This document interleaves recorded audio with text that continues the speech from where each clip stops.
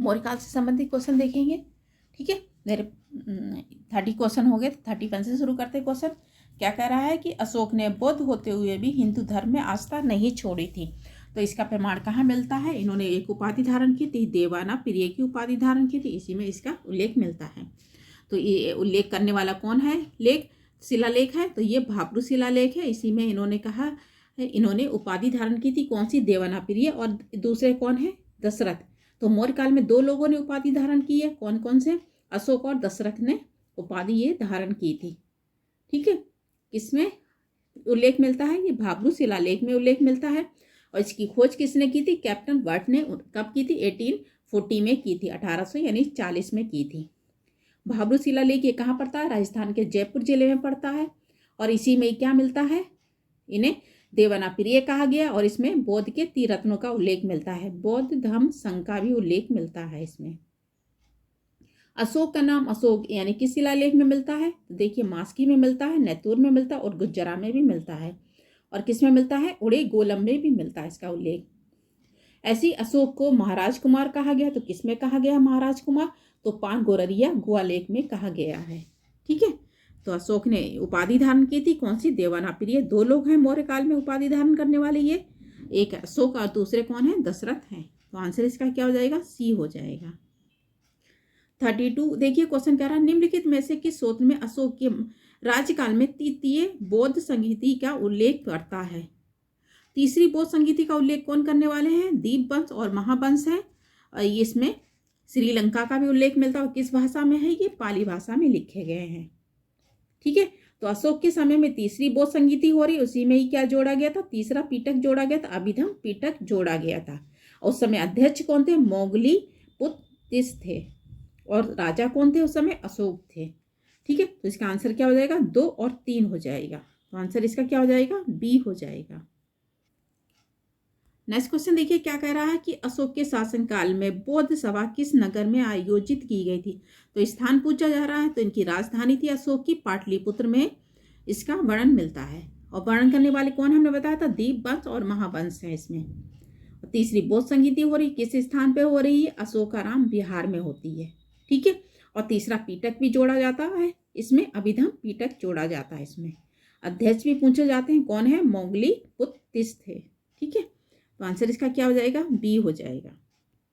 Next question देखिए, कह रहा है निम्नलिखित मौर्य शासन में बौद्ध के अनुयायी थे। तो कौन बौद्ध के अनुयायी थे? एक चंद्रगुप्त थे, जयंत के थे, बिंदुसार हैं, अजीबक के थे। ठीक है, अशोक और दशरथ हैं ये, जो इन्होंने देवाना प्रिय की उपाधि धारण की थी और इन्होंने बौद्ध के ये अनुयायी थे। तो आंसर इसका क्या हो जाएगा? डी हो जाएगा। 2 और 4 हो जाएगा। नेक्स्ट क्वेश्चन देखिए, कह रहा रज्जुक थे। रज्जुक कौन थे? ये रज्जुक का देख तीसरे लेख में मिलता। अशोक ने इनकी नियुक्ति की थी, किसकी की थी? प्रादेशिक रज्जुक और युक्त की नियुक्ति की थी। और ये कहा गया था प्रत्येक वर्ष ये राज्य का दौरा करेंगे। ठीक है, अशोक ने कहा भी है कि जिस प्रकार माता पिता योग्य छात्री के हाथों में बच्चों को सौंपकर आश्वस्त हो जाते हैं, उसी प्रकार मैंने ग्रामीण जनता के सुख के लिए रज्जुक की नियुक्ति की है। ठीक है, आंसर इसका क्या हो जाएगा? इनका कार्य क्या था? तो ये मौर्य शासन के अधिकारी थे और इनका कार्य अलग अलग बटा था। जैसे युक्त का ये जिला अधिकारी थे, रज्जुक का कार्य क्या था? राजस्व विभाग का था। और प्रादेशिक क्या करते थे? मंडल का प्रधान अधिकारी थे। ठीक है, तो आंसर इसका क्या हो जाएगा? बी हो जाएगा। 36 देखिए, क्वेश्चन कह रहा सातवाहन किसे कहते हैं? सातवाहन किसे कहा गया? सातवाहन का उल्लेख देखिए कौटिल्य के अर्थशास्त्र में भी मिलता है। किस में मिलता है? कौटिल्य के अर्थशास्त्र में भी मिलता है। और व्यापारियों के संगठन को क्या कहा गया? संभूत समुत्थान कहा गया। क्या कहा गया? संभूत समुत्थान कहा गया है। व्यापारियों के नेता को क्या कहा जाता था? सातवाहन कहा जाता था। ठीक है, तो सातवाहन किसे कहते हैं? व्यापारियों के काफिले को कहा जाता था। तो आंसर इसका क्या हो जाएगा? बी हो जाएगा। 37 देखिएगा, निम्नलिखित में से कौन सा अधिकारी मौर्य प्रशासन का भाग नहीं है? ठीक है, कौन सा नहीं है? तो कौन सा नहीं? अग्रहारी नहीं है। तो आंसर इसका क्या हो जाएगा? ए हो जाएगा। अगर हम युक्त की बात करें, हमने ये तीसरे लेख में इन्होंने नियुक्ति की थी। किसने? अशोक ने युक्त की थी, प्रादेशिक की थी और रज्जुक की थी। ठीक है, तो युक्त का कार्य क्या था? ये जिला अधिकारी होता था। जबकि प्रादेशिक का कार्य क्या था? मंडल का प्रधान अधिकारी था। बाद में इन्हें न्याय का कार्य करना पड़ता था। ठीक है, रज्जुक की बात करें, ये इम्पोर्टेंट है क्योंकि इसमें राजस्व विभाग के साथ साथ ये न्याय का अधिकार भी इन्हें मिला था। तो इसमें से पूछा जा रहा है कौन प्रशासन का विभाग नहीं था, तो अग्रहारिक नहीं था। आंसर इसका ए हो जाएगा। 38 देखिए क्वेश्चन कह रहा है कि सारनाथ स्तंभ का निर्माण किसने करवाया था। किसने करवाया था, ये अशोक ने करवाया था। और इसके शीर्ष पर सिंह की आकृति बनी हुई है जो शक्ति का प्रतीक है। और इसकी खोज किसने की थी, 1905 में की थी। किसने की थी, ऑरेल स्टाइन ने की थी। ठीक, किसने की थी, ऑरेल स्टाइन ने इसकी खोज की थी। किसकी, सारनाथ स्तंभ की। और कब की थी, तो 1905 में की थी। तो आंसर इसका बी हो जाएगा। पूछा जा रहा है निर्माणकर्ता कौन है, तो अशोक है। नेक्स्ट क्वेश्चन कह रहा है कि निम्नलिखित में से किसे सर्वश्रेष्ठ स्तूप मानते हैं। तो सर्वश्रेष्ठ स्तूप किसे मानते हैं, ये सांची का स्तूप है, इसको माना जाता है। ठीक है, और ये कहाँ पड़ता है, मध्य प्रदेश के रायसेन जिले में पड़ता है। और इसे बनवाया किसने था, अशोक ने। और खोजकर्ता कौन है, तो खोजा अलेक्जेंडर कनिंघम ने इसको खोजा है। ठीक है, अमरावती की बात करें तो अमरावती कहाँ पड़ता है, आंध्र प्रदेश के गुंटूर जिले में है और कृष्णा नदी के दाहिने तट पर है ये। और खोजकर्ता कौन है अमरावती के, तो मैकेंजी हैं, कॉलिन मैकेंजी ने इसकी खोज की थी। भरूच की बात करें तो ये मध्य प्रदेश के सतना जिले में पड़ता है और इसकी खोज कौन करते हैं, अलेक्जेंडर कनिंघम ने की थी। जैसे सांची की थी और भरूच की भी अलेक्जेंडर कनिंघम ने की है इसकी खोज। ठीक है, और सारनाथ की हमने बताई दी थी, सारनाथ की किसने की है, आर्यन स्टाइल ने की है।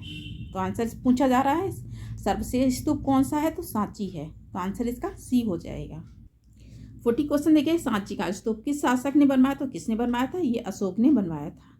ठीक है, किसने बनवाया था, अशोक ने बनवाया था सांची का स्तूप। अब कहाँ पड़ता है, रायसेन जिले में पड़ता है। और खोजकर्ता कौन है, अलेक्जेंडर कनिंघम ने खोजा है इसको।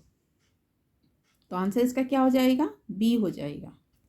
41 देखिए क्वेश्चन क्या कह रहा है कि सांची का स्तूप किसने बनवाया था। तो सांची का स्तूप किसने बनवाया था, ये अशोक ने बनवाया था। ठीक है, किसने बनवाया था, ये अशोक ने बनवाया था। और इसके खोजकर्ता कौन है, हमने बताया अलेक्जेंडर कनिंघम है। और कहाँ पड़ता है, मध्य प्रदेश के रायसेन जिले में पड़ता है ये। तो आंसर इसका डी हो जाएगा। एक तरफ देखिए सूची दे रखी है, स्थान दे दिए गए हैं, और दूसरी तरफ क्या है, स्मारक दे रखी हुई है। तो कौशाम्बी में कौन सी स्मारक है, घोसीराम मठ है। तो इसका क्या हो जाएगा, 2 हो जाएगा। ठीक है, और कुशीनगर में क्या पड़ता है, कुशीनगर में क्या पड़ेगा, राणामर स्तूप पड़ जाएगा। ठीक है, तो राणामर स्तूप कहाँ पड़ेगा, ये कुशीनगर में पड़ेगा। तो इसका 3 हो जाएगा। और सारनाथ में क्या पड़ता है, सारनाथ में क्या पड़ता है, धर्ममेघ स्तूप पड़ता है। तो इसका 1 हो जाएगा। ठीक है, और श्रावस्ती को सहित महत है यहाँ पर, इसी को कहा जाता है। ठीक है, तो इसका 4 हो जाएगा। तो 23-14 किस में मिल रहा है, देखिए 23-14 किस में मिल रहा है, ये सी में मिल रहा है। ठीक है, तो आंसर इसका सी हो जाएगा। 43 देखिए क्वेश्चन कह रहा है तीर्थ यात्रा के समय अशोक निम्नलिखित स्थानों पर गए थे, उनका क्रम पूछा जा रहा है, तो कहाँ कहाँ पहले गए थे। ठीक है, तो देखिए विंसेंट आर्थर स्मिथ है, उन्होंने पुस्तक कौन सी है, इंडियन लीजेंड ऑफ अशोक है इनकी। और इन्होंने कहा कि उपगुप्त के साथ ही अशोक धाम की यात्रा पर गए थे। और इसका उन्होंने क्रम बताया है, तो कैसे गए थे, ये पहले इन्होंने लुम्बिनी की यात्रा की थी। ठीक है, तो इसका 4 हो जाएगा। लुम्बिनी के बाद में कहाँ जाते हैं, कपिलवस्तु जाते हैं, 2 हो जाएगा। उसके बाद में कहाँ जाते हैं, गया में जाते हैं, तो 1 हो जाएगा। ठीक है, उसके बाद में कहाँ जाते हैं, ये सारनाथ जाते हैं, सारनाथ 5 पे हो जाएगा। और सारनाथ के बाद कहाँ जाते हैं, कुशीनगर जाते हैं, कुशीनगर के बाद ये कहाँ जाते हैं, श्रावस्ती जाते हैं आखिर में।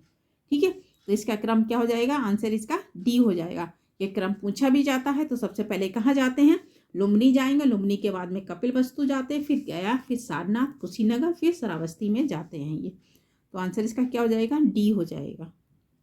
44 देखिए क्वेश्चन कह रहा अशोक के शिलालेख में प्रयुक्त भाषा थी, तो कौन सी भाषा थी, एक ब्राह्मी और दूसरी कौन सी थी, प्राकृतिक भाषा थी इनकी। ठीक है, तो आंसर इसका क्या हो जाएगा, बी हो जाएगा। तो जो अशोक के यानी अभिलेख हैं 3 वर्गों में बांटा गया है, शिलालेख, स्तंभ और गुहा लेख है। तो विभिन्न स्थानों से मिले हैं, मानसैरा और सहवाजगढ़ी है। ये कैसे है, खरोष्टी लिपि में है, कालसी है, गिरनार है, धौली है, जोगढ़ है, एलागुड़ी और सोपारा है ये। ठीक है, और अधिकांश इनकी भाषा कैसी है, प्राकृतिक या ब्राह्मी लिपि है। तो आंसर इसका क्या हो जाएगा, बी हो जाएगा। 45 देखिए कह रहा निम्नलिखित में से कौन सा अशोककालीन अभिलेख खरोष्टी लिपि में लिखा है। तो खरोष्टी लिपि में दो ले हैं, कौन से हैं, मानसेहरा और शहबाजगढ़ी है। और कहाँ पड़ता है, ये पाकिस्तान में पड़ता है। और खोजकर्ता कौन है, फ्रांसीसी अधिकारी हैं, 1936 में इसकी खोज की थी। ठीक है, तो आंसर इसका क्या हो जाएगा, सी हो जाएगा। आज इतने क्वेश्चन रखते हैं, धन्यवाद।